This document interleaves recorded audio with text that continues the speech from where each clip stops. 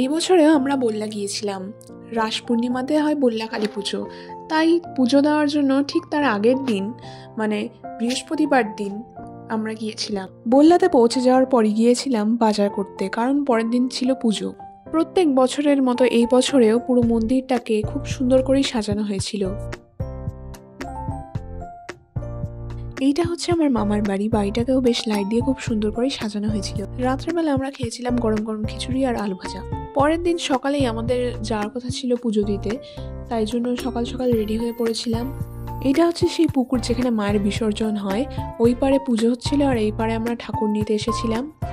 আমার দাদা ভাইয়ের পুজো দেওয়ার কথা ছিল, তাই জন্য ওকেই ঠাকুরটা কাঁধে করে নিয়ে যেতে হয়েছিল। এইটা হচ্ছে সেই পুজোর ঘর যেখানে অন্যান্য মানতকালীরও পুজো হয়।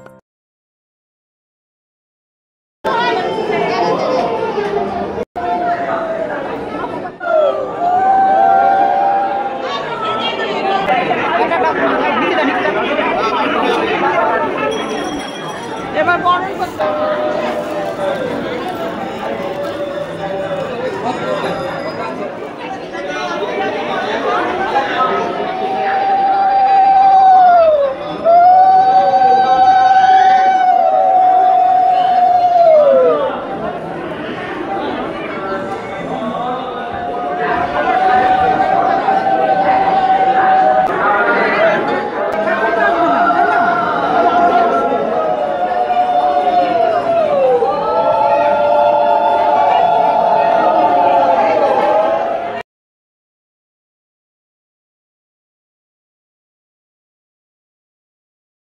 আমরা বেশ ভালো করেই মাকে পুজো দিতে পেরেছিলাম।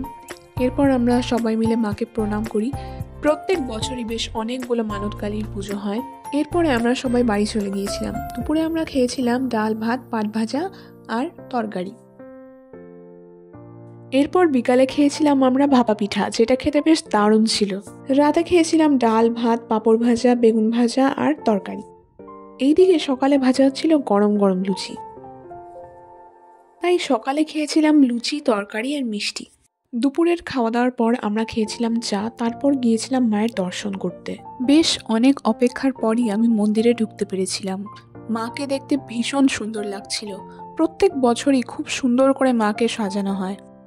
মাকে দর্শন করার পর আমি আমার বৌদি ভাইয়ের সাথে চলে গিয়েছিলাম মেলা দেখতে। প্রত্যেক বছরের মতো এই বছরও বেশ অনেকগুলো দোকান ছিল, কিন্তু সবগুলো আমরা ঘুরে দেখতে পারিনি।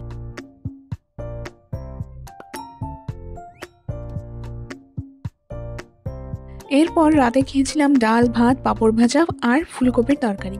আমার মামার বাড়িতে একটা মাটির দোতলা বাড়ি আছে, যেটা আমার দাদু আর দিদা মিলে বানিয়েছিলেন।